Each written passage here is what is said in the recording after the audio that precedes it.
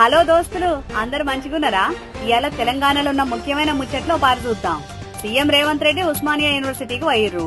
80 కోట్లతో నిర్మించిన భవనాలను ప్రారంభించిర్రు. హెచ్ఓడీలు ప్రొఫెసర్లతోటి 1000 మంది విద్యార్థులతోటి ముచ్చట పెట్టనున్నారు.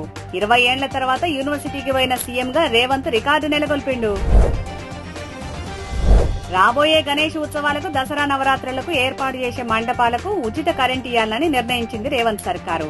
గత ప్రభుత్వాలు మంటపాలు ఏర్పాటు చేసుకునేందుకు ఇబ్బంది పెట్టినాయి, కానీ రేవంత్ సర్కార్ వాటికి ఉచితంగా ఇస్తున్నది. రాష్ట్రంలో ఇప్పటికే దాదాపు 70,000 ఉద్యోగాలను భర్తీ చేసిన రేవంత్ సర్కారు కొత్త ఉద్యోగాలపై కసరత్తు ముమ్మరం చేసింది. ఈ మేరకు ఉన్నత స్థాయి కమిటీని కూడా నియమించింది.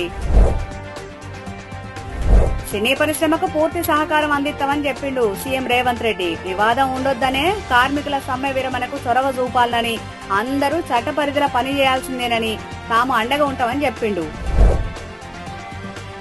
దొంగ ఓట్ల ముచ్చట్ల కాంగ్రెస్ దేశవ్యాప్త పోరాటం చేస్తుంటే బీఆర్ఎస్ మాత్రం పెద్దగా స్పందిస్తలేదు. ఈ ముచ్చట మీద బీఆర్ఎస్ లోనే చర్చ జరుగుతుంది. బీజేపీలో కలుసుడు ఖాయమని ఆ పార్టీ నాయకులే అంటున్నారు. లైఫ్ సైన్సెస్ రంగంలో దేశంలో తెలంగాణ నెంబర్ 1 గా నిలిచింది. 2024 నాటికి 3 ట్రిలియన్ల ఆర్థిక వ్యవస్థ దిశగా అడుగులేస్తున్నది రేవంత్ సర్కారు. ఇక ఈయుల్లా తెలంగాణలో ఉన్న ముఖ్యమైన ముచ్చట్లు.